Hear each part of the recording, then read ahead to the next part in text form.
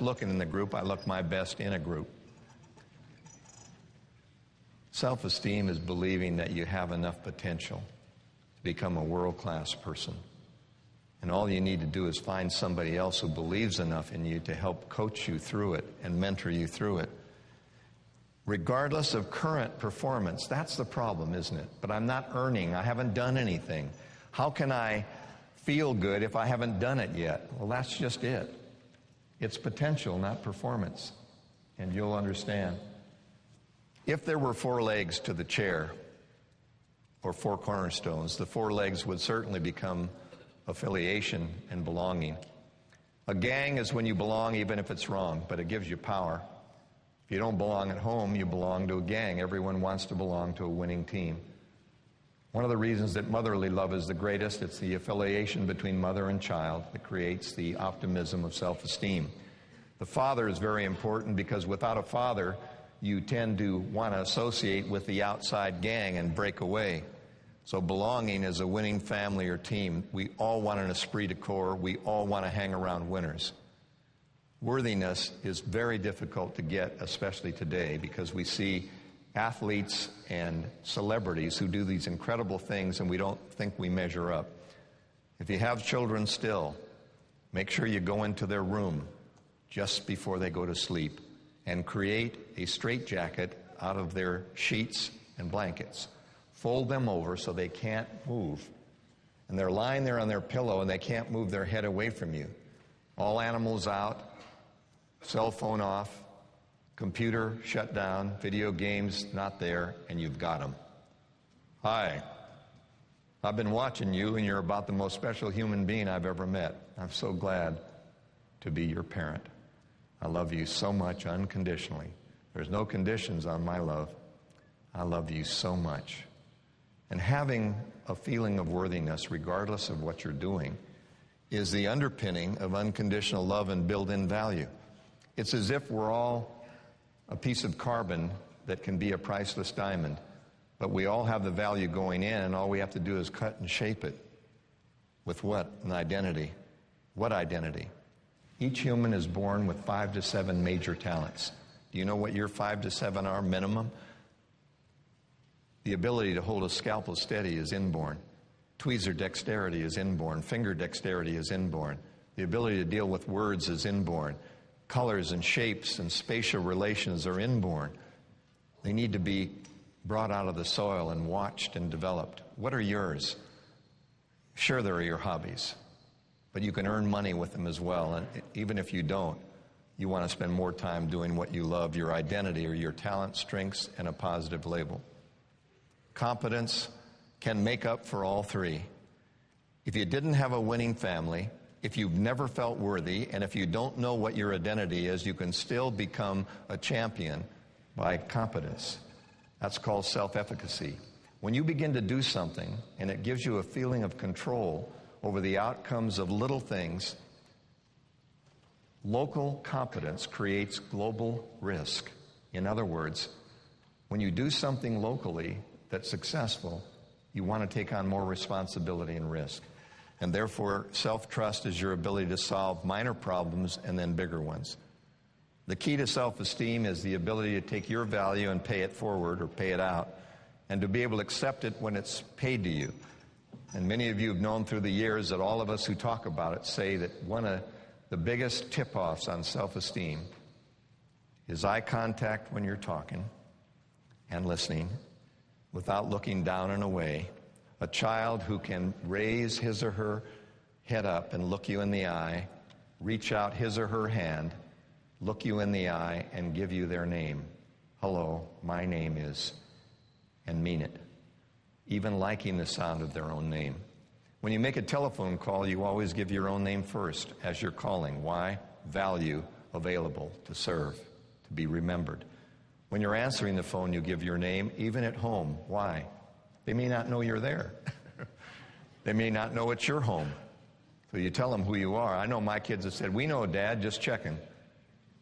Because I give my name, Dennis Waitley. I remember writing my first book, The Psychology of Winning. It wasn't any good, so I left it in the drawer for 5 years. It wasn't the book wasn't any good, the author wasn't. There's a difference between what you do and who you are, and if you don't feel worthy as an author, you just can't get anything published. And I remember sending, like all authors do, you remember Stephen King, you remember what happened with Carrie, you remember that he sent it out, 15 times, you remember how many times it was rejected, you remember when the baby got sick, you remember when they pulled the phone out, remember he was making $50 a week working in a laundry. How would you like to walk into a laundromat and find Stephen King? Hi, come on in. I'll tell you a story while we're going through spin. He could play an instrument. He played a musical instrument, and he wrote. But his wife just got tired. The baby was sick. They had no phone. So she sent Carrie out one more time. So it became the best-selling book and the best-selling movie of that year. And ever since he's done it, it really takes this kind of persistence and accepting any value and paying it out. So when anyone says anything to you of any value, please learn the Olympic way of accepting a gold medal. The Olympic way is to put your shoulders back and say, thank you. I appreciate it. If you say, just lucky, I guess, they'll know it was. If they say, great golf shot, and you say, close my eyes and swung, they'll say, right on, duffer. If they bring you a present for your birthday, please don't say, oh, you shouldn't have. You spent too much. They'll think they did. And otherwise, you won't get a raise either because you may not be worth it. Your humble self. Humility is serving others with grace. Humiliation is where you're constantly knocking the product, believing that if you knock yourself, you'll be a steward. No, you won't. People always listen to the way you explain yourself, the way you talk about your problems, the way you communicate. It's a tip-off. Self-esteem is the ability to pay value forward and accept it graciously when paid to you. And a lot of it has to do with the way you talk. We'll get into that in just a minute. So you can accept it comfortably. You can praise and critique performance without feeling rejected. You can reinforce good behavior and boost it if it's a failure. Being clean and neat is a tip-off. People who hurt themselves don't like themselves. People who help themselves like themselves. Eye contact, communication, and positive self-talk. You've heard it 1,000 times, but in a minute I'll give you the Olympic way. The most important opinion you'll ever have is the one you have of yourself. No one looks at a photo of you with such scrutiny. Just look at your own wedding pictures or look at any picture that's been taken of you and you'll look at yourself and say, ooh, don't you have another one? We tend to be so critical of ourselves. Every blemish instead of blessing is what we count. The word TIP is an acronym. Every speaker, you'll hear Brian's acronyms. Jim Rohn has acronyms. We're walking acronyms. Fear, false evidence appearing real. Luck, laboring under correct knowledge. LUCK. Posh, port out, starboard home, cruise ship. Posh accommodations, port side out, starboard home. The word tip, to ensure performance. That's what it means. Wait a minute. If tip is to ensure performance, why do I give it after the meal? Too late. Too late then. You're reinforcing something that we're giving 15 to 17%, even if it wasn't good service. They expect the tip. Two kinds of tips. Reinforce good behavior, tremendous feeling of recognition. But the best tips are given before anyone does anything because it raises the level of expectation in your children, your associates, and in you. Would you want a tip on a good stock? You bet you would. Well, why would you bet on them? They haven't done anything yet. But they have good management. What does that mean? It means they're going to perform. Yeah, but you want me to bet on them before they perform? Yeah, you invest in them and then it goes up. If you wait until after, it's too late. The people are already selling when you're buying. A tip is an expected level of achievement which you want to give to yourself and other people because only an expected level of success is motivational.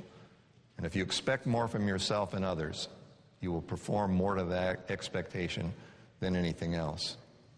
Non-situational integrity, we covered that. And I'm not perfect. And men have a tendency to want to court a woman by having the woman think everything good about them before the sale. It's called synchronous selling. Candlelight. Of course, candlelight. Why? Can't see the blemishes in candlelight. Candlelight, rose on the pillow, roses, soft music, Chardonnay, walks on the beach, sunset. What kind of man are you? I'm a sunset man. I'm a walk on the beach man. I'm a Chardonnay man. I'm a quiche man. I'm a good man. I'm a nice man. I notice you wear a gun. Now I only wear it for effect. I'm not violent. How come you like boxing? I don't know. I like to watch men beat each other into unconsciousness, but it's okay. I'm a nice man. I notice you have a big dog. I'll shoot him. I like cats. Are you telling me that you like cats? Yes, if you like cats, I like cats. You like to dance? Love to dance. All men love to dance during the engagement and romantic phase. They'll dance every night of the week just to have that woman love them. And then when you get married, they develop an old football injury. They can't dance because it looks weird, and they're not going to line dance or electric slide dance. They're not going to do any of those weird dances. All I've ever wanted, and you've ever wanted, is for somebody to be as advertised. And so when you're standing making vows, or a president, or a leader, or anyone, always be my dream of you. Never let me wake to find untrue all this I had imagined about you. The world is full of dark occurrences, and heaven-born castles crumble to the ground. Yet still there lives beauty and true love, and right succeeding over wrong, we tremble at its half-forgotten sound. Oh, stay your hand and leave my heart its song. Please, my husband, no surprises. Would you just be 24/7 the person who courted me in the beginning? I think what we're looking for in this world is people we can trust, and you'd never stab a friend in the back. And that's why the most important thing for me is to be honest. And it's one of the most difficult things to practice, what one preaches. Reminders, high standards of ethics, always benchmark successful individuals, and you don't have to do it in your profession. You'll learn more from people outside your profession than you will from people in the same profession. You can learn from very different people, and that's why you should develop a variety of friends and associates. Get together once a week with a mastermind group. If you join a chat room, chat with winners. Please don't join people with the same problems unless they're solving the problems. If you get fired, don't go down to the bar and hang around with people who have just been fired. It's a pity party, group griping, and grudge collecting. Hang around with people who have what you don't have yet. Your personal and professional business is consistent. Life is like a field of newly fallen snow. Every step I take, every step will show. You'll hear from Jim Rohn in his goal-setting seminar why everyone talks about target-seeking behavior. Zig Ziglar says a goal is a dream with a deadline, and everyone talks about goal setting. Purpose is the engine. Purposeful people. My doctorate was on why no American prisoner ever escaped from a minimum security camp during the Korean and Vietnam War. A minimum security camp is one with no guard dogs, no barbed wire, and a country club setting where you get more food. But you also get brainwashed and get literature and get talked about on why you should say that what you're doing is not right. They're able to separate leaders from other people who just got drafted or really don't want to be there or are frightened. So the people who are frightened or there for the duration get put in minimum security camps and get trained. It's a training camp. People who don't know where they're going are easy marks for cults. Because if you're disoriented, that's why they keep the lights on and keep you tired. They can brainwash you more easily if you're non-directed, especially if you don't have any strong religious background. So purposeful and purposeless people is what I studied. The death rate was 10 times higher in the minimum security camps. The disease rate was higher. People escaped from the maximum security camp, but no one ever escaped from a minimum security camp. And Viktor Frankl's search for meaning is just being accountable for other people as well as yourself. You've probably seen the Franklin Covey group, and for many years, Hiram Smith and Franklin Covey have always used SMART goals, which is another acronym. The mind is specific in design, and you can do a PET scan or an MRI of the human brain, and it does not deal with vague ideas very well. But when you get focused, the MRI scan begins to hit, if you will, on things that are very, very critically important to keep you alive. So in your brain, the things that are the most specific and the most, if you will, current, not way out there, but current, are the ones that get your attention. So they need to be specific. They need to be measured in that you need to have a starting point and some way to measure your accomplishment. They need to be achievable, which means not $1 billion, but something that's just out of reach but not out of sight. And they need to be really, really yours and not somebody else's. Nothing you do that somebody else has suggested will have the same motivating power as something that you're personally committed to. Time deadlines. Why is Domino's Pizza here? Because of Ypsilanti, Michigan's students' ability to begin the term paper the night before it's due. So the Dominic brothers delivered pizza in a crush-resistant box in 30 minutes with coffee so the students could stay up all night and cram for the exam and do their term paper. Why? Had a deadline. You don't really get excited about doing anything until it's due. Taxes, April 15th, time to go. But never set a deadline on a character goal. I'm going to be a good father by 2007. Well, I'm a good father now because it's a character goal. It's in the present tense. And then you ratchet your way to the top by setting little high jump hurdles like the Olympians.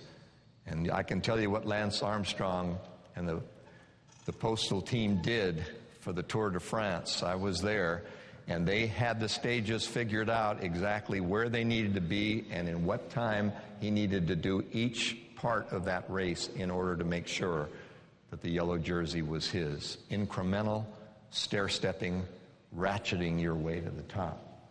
Time deadlines, those things, with pulling power. Pulling power means you can't put them on your MasterCard. A goal is nothing you can buy on time.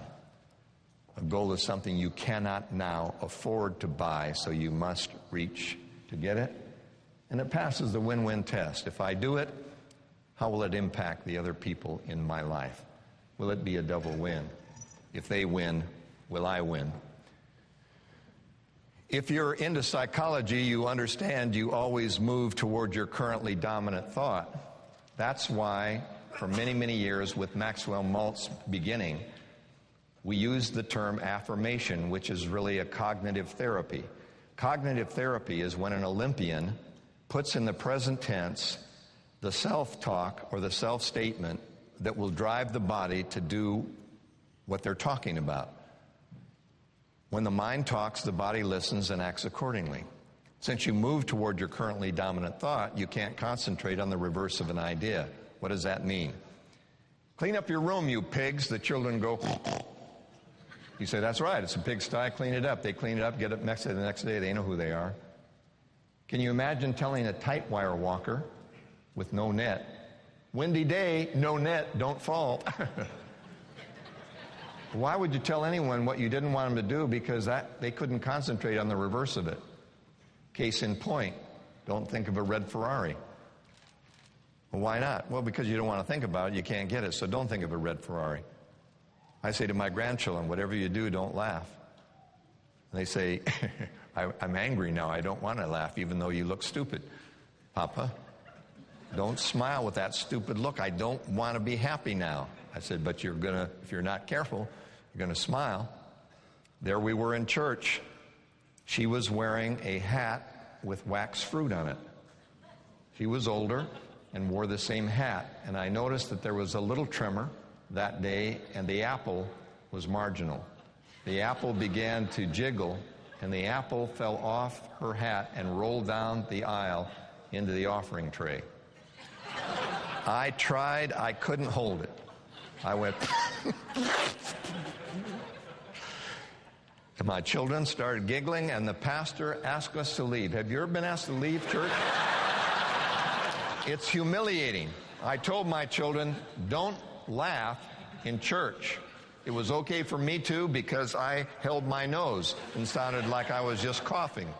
But you all giggled. They said, Dad, it was so, what if the banana falls off this week? I said, even if the banana falls off, we are not going to laugh in church, are we? And we didn't even make it through the atrium. We had to be outside like Schuler's old drive-in church. They didn't even let us in. We were giggling before we arrived. You cannot tell somebody what not to do unless it's imminently physically dangerous or last resort. Keep your head down so you won't get it shot off. That's fear. But if you tell somebody, don't do this, it's the reminder of the currently dominant thought. So don't put a can't or a don't. You can't lose weight.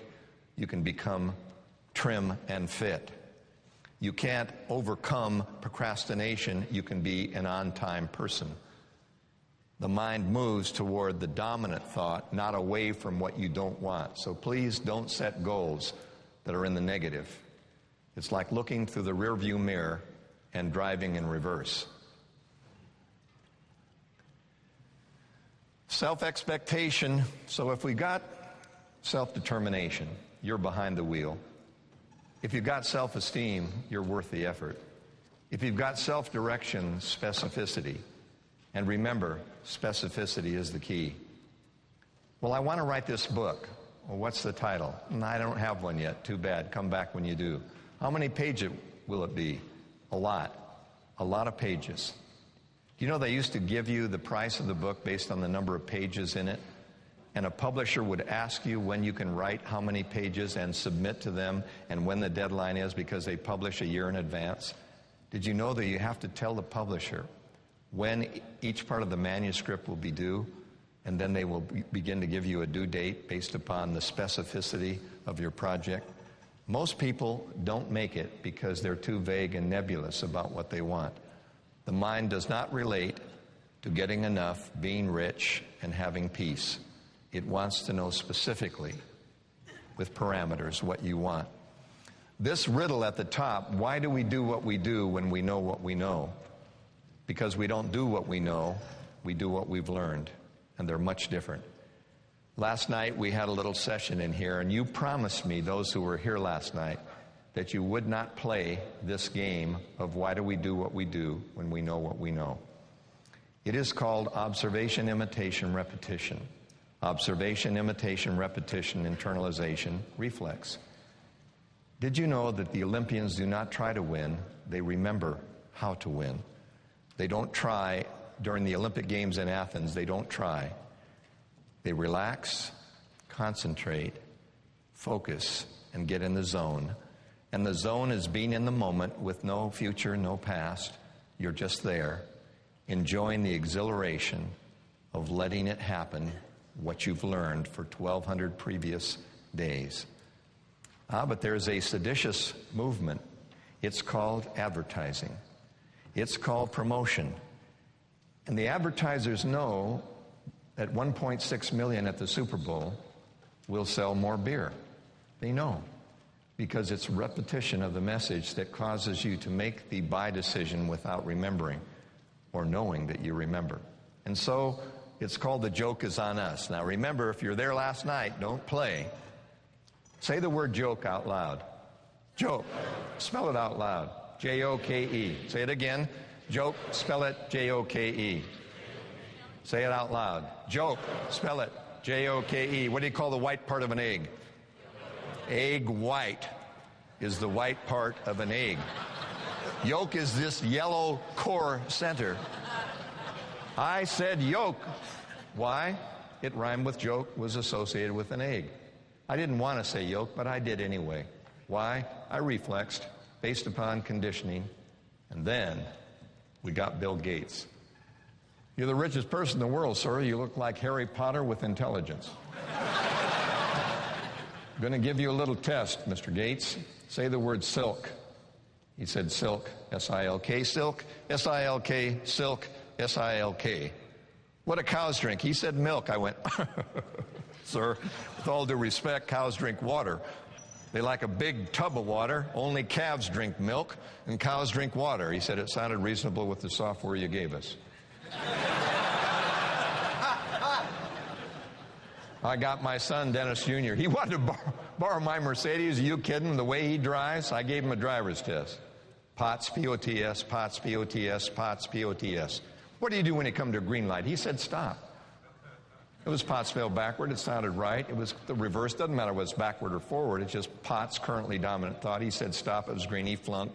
Couldn't use the car. On his way out, he said roast. I went R-O-A-S-T, roast, R-O-A-S-T. He said, what do you put in the toaster? I said toast. He said, no, you don't. It burns. You put bread in, but you're as dumb as everybody else. I said, I am indeed. Now remember, violence is learned. Even though people know better. They do it anyway because it's a conditioned reflex, which is called habit. And habits are submarines. They're silent and deep, and they're easy to get into by observation, imitation, repetition. Please, don't spend too much time in front of the tube. When you come out of a movie, you want to feel more human than when you went in. And no matter what they tell you, understand, secondhand violence is the same as secondhand smoke. You don't think it impacts you, but it does. Even if you don't think it does, it doesn't matter how intelligent you are. It changes. It's the lyric of life that's the software. And the software drives the hardware. The habits of excellence, goal rehearsal in a relaxed environment. Now we'll get into the Olympics. You've heard of self-imaging. You've heard of verbal, visual, and emotional scripting. And you've always wondered why it should be affirmed in the present tense. And that's because the mind deals effectively with things that are currently critically important in the present. It puts in working memory the things that are important to you now. It puts in, if you will, a memory that is soon forgotten if things are too far. At the Olympic level, it's called visual motor behavioral rehearsal, VMBR. It is the most incredible thing to watch an Olympian when they really have this down. The skiers do it. Have you seen them? You've seen them up at the top getting ready to come down the giant slalom. And you've seen them in their imagination go down and never hit a gate and never miss the flag. And you've seen them do it within. If you've seen figure skaters, it's unbelievable how many triple axels they can do in their mind without falling on the ice and being hurt. The greatest thing about simulation is it prevents the failure of the first attempt, and it makes you do it right in drill so you'll do it right in life. We really are creations of habit. So visual motor behavioral rehearsal. It began with autogenic training. And understand, as you're talking to people about your life and your goals and about what you're doing in life, why is it important to say, I am doing this? I am more successful. Because the mind is listening carefully to the importance you're giving to now. My arms and legs are heavy and warm. I'm relaxing. My arms and legs are heavy and warm. Interestingly enough, your brain says, the only way I can do that for you, sir, is to dilate the arteries. And so, if your arms and legs are heavy and warm, your brain makes them heavy and warm by dilating and sending the blood to the extremities. My stomach is warm. At the Olympic level, usually you're ready for battle, so the blood comes out of your stomach and to the biceps and the areas that you're going to use. And so with no blood in the stomach, you begin to digest yourself, and you have this terrible problem of, if you will, acidic stomach. So the best thing to do is make your stomach warm by sending the blood back to your stomach. Whose stomach is warm? Mine. Not going to be warm, not someday going to be warm, but my stomach is warm. My breathing is relaxed and effortless. My heartbeat is slow and regular. We put the earphones on the Olympic athletes. We let them hear a CD of the resting heart rate of a Lance Armstrong. Thump. Thump. Wow. 1 beat per second. Unbelievable. I've never been much below 70, 75. Thump. Perfect for an archer. Perfect for a skeet shooter or a pistol shooter or a rifle shooter. Why? Thump. Thump. Thump. Hold your best. Squeeze. Thump. Once more. Thump. Thump. thump, hold your breath, squeeze, thump. When you're able to squeeze the trigger between heartbeats, you don't jiggle it off the bullseye. As you begin to take autogenic control